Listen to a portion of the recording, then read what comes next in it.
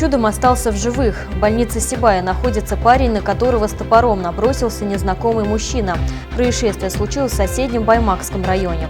За сжигание травы на садовых участках предусмотрен штраф. В Башкортостане введен особый противопожарный режим. Массаж, стрижка, ремонт обуви и одежды. В поселке Золото прошла ярмарка социальных услуг. Настоящая марафонская дистанция для самых юных горожан. Супермамочки провели чемпионат ползунков. Теперь об этом и другом более подробно. В эфире выпуск новостей, в студии Наиля Ахмедшина. Здравствуйте. С 4 мая в республике введен особый противопожарный режим, который дает возможность применять ограничительные меры для профилактики природных пожаров. Как сообщили в правительстве Башкортостана, наблюдается рост пожаров в населенных пунктах республики. Лесные пожары зарегистрированы на территории 6 районов. В связи с этим в администрации Сибая прошло заседание комиссии по чрезвычайным ситуациям. Совещание комиссии по чрезвычайным ситуациям было проведено в связи с напряженной пожароопасной обстановкой в городе. По последним данным, на начало мая в Сибае было зарегистрировано 28 пожаров. За аналогичный период прошлого года таких фактов было 18. Рост составил 55,6%. С начала года при пожарах погибли 3 человека. Это рост на 300% к уровню 2016 года. В большинстве своем причиной огненных происшествий является ненадлежащее соблюдение правил пожарной безопасности жителями города. Значительный рост числа пожаров зарегистрирован по следующим причинам. Неосторожное обращение с огнем – 8 против 3, рост на 63%. Неправильность и нарушение правил эксплуатации печей – 5 против 5. Неисправность и нарушение правил монтажа электрооборудования – 9 против 6, рост на 33%. С наступлением весны становится актуальной проблема стихийного сжигания сухой травы. Теплая и ясная погода приводит к повышению уровня пожароопасности. Прошлогодняя трава быстро вспыхивает на солнце и легко загорается от любой искры. Травяные палы быстро распространяются, особенно в ветреные дни. В связи с этим на совещании комиссии по чрезвычайным ситуациям были озвучены неукоснительные требования по соблюдению правил пожарной безопасности. Пункт 72.1 выжигание сухой травы травянистой растительности может производиться в безветренную погоду при условии, если участок для выжигания располагается на расстоянии не ближе к 50 метров от ближайшего объекта. Второе. Территория вокруг участка для выжигания очищена в радиусе 25-30 метров от сухостойных деревьев, валежника, порубочных остатков, других горючих материалов и отделена противопожарной минерализованной полосой шириной не менее 1,4 метра. Третье. На территории, включающей участок для выжигания сухой травянистой растительности, не действует особый противопожарный режим. Присутствующим на совещании представителям садоводческих обществ были предложены и рекомендованы меры по предупреждению пожаров на садовых участках. Это раздача тематических агитационных листовок и ежемесячные рейды совместно с сотрудниками МЧС. Также на повестке дня были озвучены актуальные на сегодня вопросы обеспечения пожарной безопасности в летних оздоровительных лагерях для детей. Баймакским межрайонным отделом надзора деятельности профилактической работы перед началом летних каникул запланировано проведение плановых проверок в отношении детских оздоровительных лагерей. Плановые проверки будут проводиться на объекте защиты с круглосуточным пребыванием детей. Это здравница Заурали. Внеплановая проверка по контролю за исполнением ранее выданного предписания на объекте защиты будет проводиться в муниципальном бюджетном учреждении загородный детский стационарный оздоровительный лагерь «Юлдаш». В муниципальном бюджетном учреждении загородный детский стационарный оздоровительный лагерь «Шифа» и детских оздоровительных лагерях с дневным пребыванием детей, созданных на базе школ, будут проводиться профилактические мероприятия. По докладам всех представителей детских оздоровительных лагерей, необходимые работы по обеспечению пожарной безопасности идут полным ходом. Согласованы даты проведения грядущих проверок соблюдения норм пожарной безопасности в детских учреждениях. Евдокия Титаренко, Радмира Сингулов, Гульгина Раскильдина, телекомпания СТВ. Вместе с весной опасной становится не только ситуация с пожарами. Именно в это время года обостряются хронические болезни, особенно у людей, страдающих психическими расстройствами. Так, в данный момент в Центральной городской больнице находится молодой парень из соседней деревни Туркменово. Из-за неадекватных действий незнакомца на улице 24-летний Айнур Нигматуллин на всю жизнь остался инвалидом. 3 мая в реанимацию Центральной городской больницы в тяжелом состоянии поступил житель деревни Туркменево Баймакского района. Как вспоминает 24-летний Айнур Нигматуллин, в тот злополучный день он спокойно шел по улице, когда к нему неожиданно подъехала машина и из нее вышел пьяный мужчина. Тот мужчина ругался с другим парнем. Я хотел заступиться за знакомого, у него нога была сломана. А мужчина достал топор и погнался за мной. Я бы смог убежать, но споткнулся. После первого удара топором в голову я отключился. Больше ничего не помню. Драку заметили местные жители, которые подоспели на помощь и вызвали экипаж скорой помощи. После госпитализации Айнуру пришлось перенести несколько операций. Нападавший нанес множественные удары топором. Первоначальные прогнозы врачей были неутешительными. Другой человек, возрастом постарше, полученных травм мог бы просто не пережить. Сегодня у парня полностью не работает правая рука. Айнур на всю жизнь останется инвалидом. Напавший на него мужчина проживает в этой же деревне. По рассказам односельчан, ранее был судим, имеет психические расстройства и всегда носит при себе холодное оружие. По последним данным, мужчина все еще на свободе. Как пояснили в полиции Баймака, буквально сегодня материалы были переданы в Сибайский межрайонный следственный отдел, который займется расследованием всех обстоятельств этого дела. Ринат Музафаров, Радмир Сингулов, Любовь Карпова, телекомпания СТВ.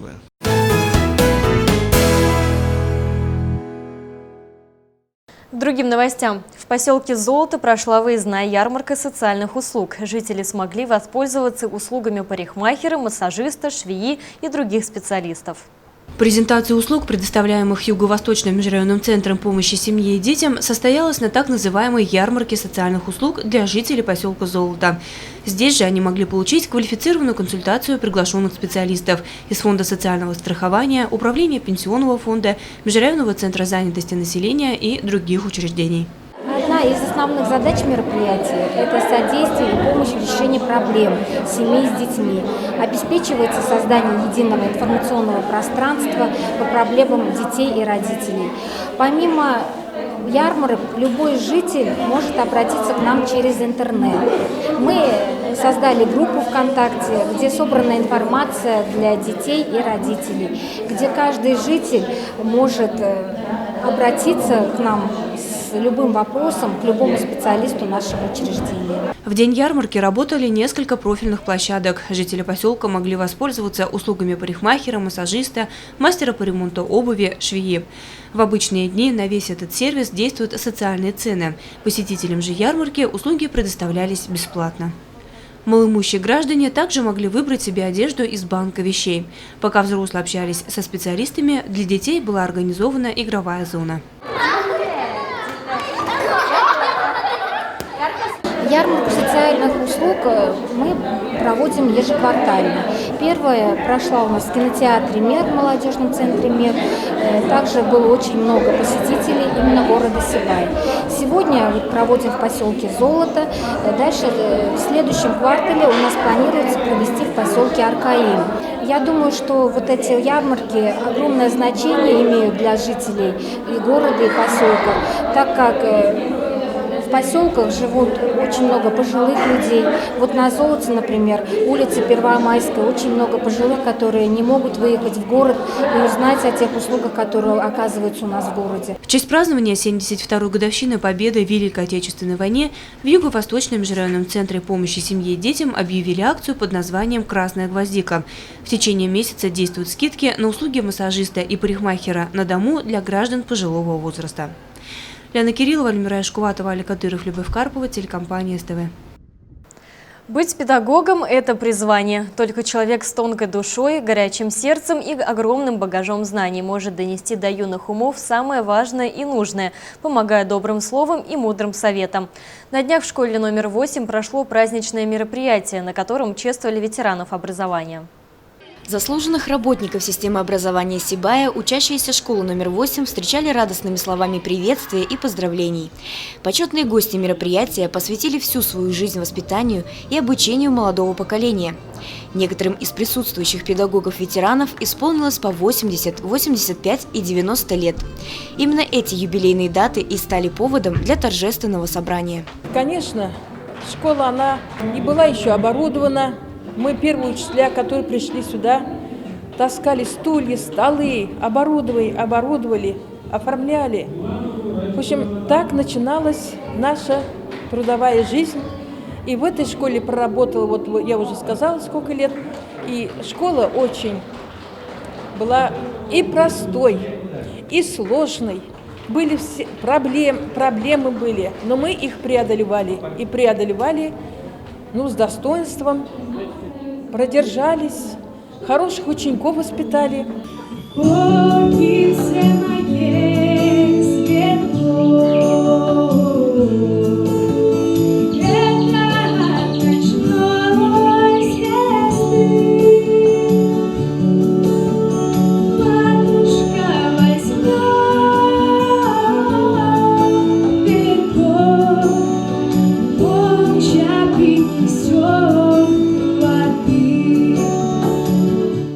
Самые искренние поздравления в адрес ветеранов педагогического труда прозвучали из уст учеников школы номер 8.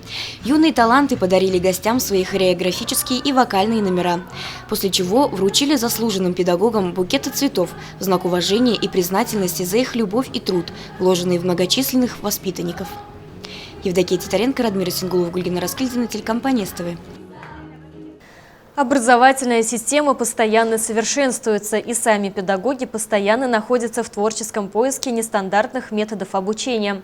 В этом им помогают и неравнодушные сибайцы. По инициативе одной из родительниц в гимназии нашего города на днях был запущен новый проект «Умная лестница». Евгения Хватова – владельца свадебного агентства «Яр-студия», а еще она мама четвероклассницы Софии. И потому в ее голове часто возникают идеи, как сделать процесс обучения ребенка более интересным и увлекательным. Так родился проект «Умная лестница», запуск которого на днях состоялся в городской гимназии. На каждый подступенок наклеены мини-баннеры, на каждом из которых строки из таблицы умножения. История возникновения акции, конечно же, это наши детки, то есть меня в первую очередь смотивировал мой ребенок. Мы с ней всегда ищем такие моменты, чтобы ненавязчиво повторять, учить, чтобы именно учеба нашла нам в радость.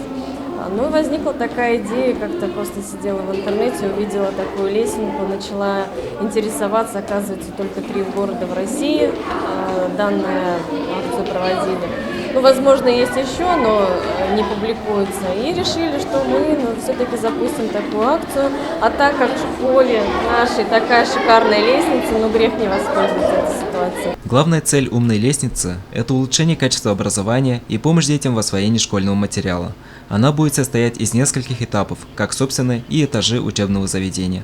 Сегодня «Умная лестница» помогает в освоении математики. Затем это будут вспомогательные материалы по другим предметам. Теперь школьники могут в буквальном смысле шагать по лестнице знаний.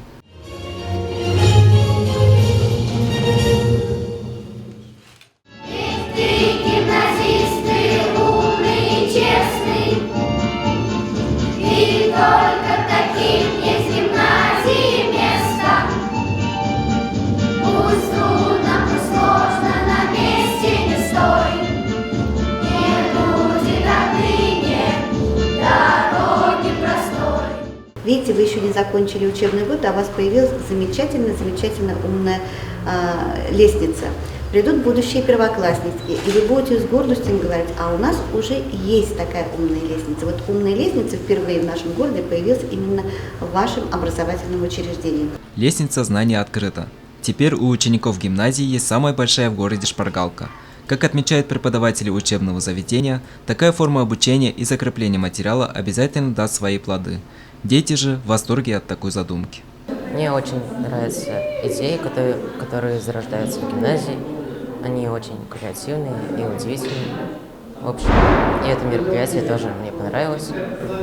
Все прошло хорошо. В гимназии постоянно рождаются новые идеи.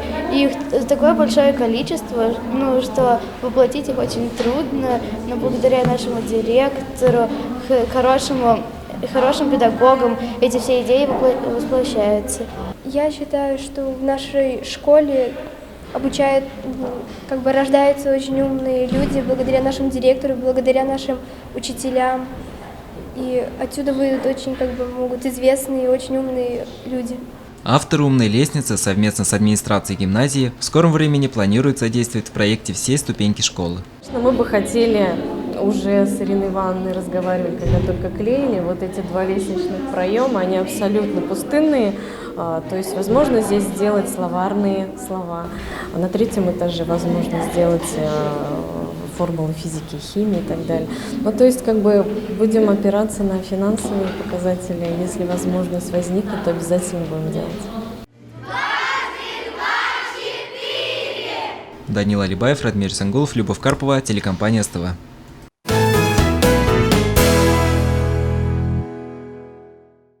С чего начинается путь к спортивным высотам? Общеобразовательная спортивная кредо определяет 3 основные соревновательные величины – быстрее, выше и сильнее. Как выяснили молодые мамы Сибая, соревноваться в быстроте дети могут еще до года, в ползунковом возрасте. На днях в городе состоялся 2-й Сибайский чемпионат ползунков-2017. В детском игровом центре торгового комплекса «Мегаполис» воскресным утром было как никогда шумно и радостно. Десятки молодых мам и пап принесли сюда на руках своих маленьких спортсменов. В этот день им предстояло совершить забег на длинную дистанцию – 5 метров, которые в ползунках и на четвереньках превращается в действительно марафонское расстояние. Для юных непосед это настоящая серьезная спортивная дисциплина, соревнования по которой проводятся в нашем городе уже 2-й год подряд. Организатором традиционно выступает сибайское сообщество родительниц «Супермамочки». Они отмечают, что подобное мероприятие преследует цель подарить эмоции и впечатления самым маленьким жителям нашего города, которые в силу возраста не могут участвовать во взрослых соревнованиях, а также содействовать привлечению новых родителей в ряды сообщества. Мы стараемся объединить наших мам, которые сидят дома, чтобы немножко развлечь их досуг, так как они постоянно дома с ребенком. А такой чемпионат, он помогает большему общению с другими. Это развивает их как бы разносторонне, они смотрят своих детей, какие они там спокойные, шустрые. Это во-первых. Во-вторых, наша группа нацелена на то, чтобы наши мамы общались, не затыкали в своих семейных проблемах. Это очень позитивный конкурс, очень интересное мероприятие, где получаешь заряд бодрости, эмоций, улыбок, настроения. Поэтому мы стараемся его, у нас теперь он ежегодно будет проводиться. К предстоящему соревнованию малыши готовятся по-разному. Кто-то плачет и просится на ручки, кто-то играет с любимыми игрушками. Каждый ребенок – маленькая индивидуальность. Большинство родителей, решивших принять участие в соревнованиях, сознательно прививают ребенку любовь к физической культуре. Многие видят в своих чадах огромный спортивный потенциал и планируют отдать на занятия в профильные секции еще до достижения 5-летнего возраста. Можно предположить, в будущем юных ползунов ждут медали и высокие награды за спортивные достижения. А сегодня мотивацией для них служат такие яркие и загадочные взрослые мобильные устройства, игрушки, сладости и другие завлекательные безделушки. Мы только вот сейчас с финиша, мы завлекали различными вещами, в том числе и шариком, и проводом. Вот у нас такой провод даже есть. Но, к сожалению, мы пока не пришли к финишу. Но мы надеемся, что в будущем еще будем участвовать в таких мероприятиях. Просто он с 4 месяцев у нас уже ползает. Хорошо прям. Поэтому решили участвовать, а так не готовились. Мы вообще за активный образ жизни, поэтому с 2 лет хотим уже отдать на хоккей. Но не знаю, захочет, не захочет, сам уже решит, наверное. На будущее, чтобы с детства уже учился спорту, были активными. В конце мероприятия достижения всех спортивных малышей были отмечены памятными призами и подарками. Спонсорами мероприятия стали индивидуальные предприниматели Ильгиз Ахмедшин и Ильшат Ильясов. Как отмечалось ранее, мероприятия такого формата планируется проводить на постоянной основе. В этом году чемпионат ползунков собрал больше 40 участников.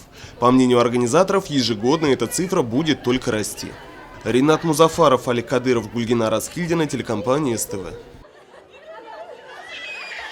Такими были новости четверга. Самую актуальную информацию вы всегда можете посмотреть на нашем официальном сайте sibaytv.ru. Всего вам доброго и берегите себя.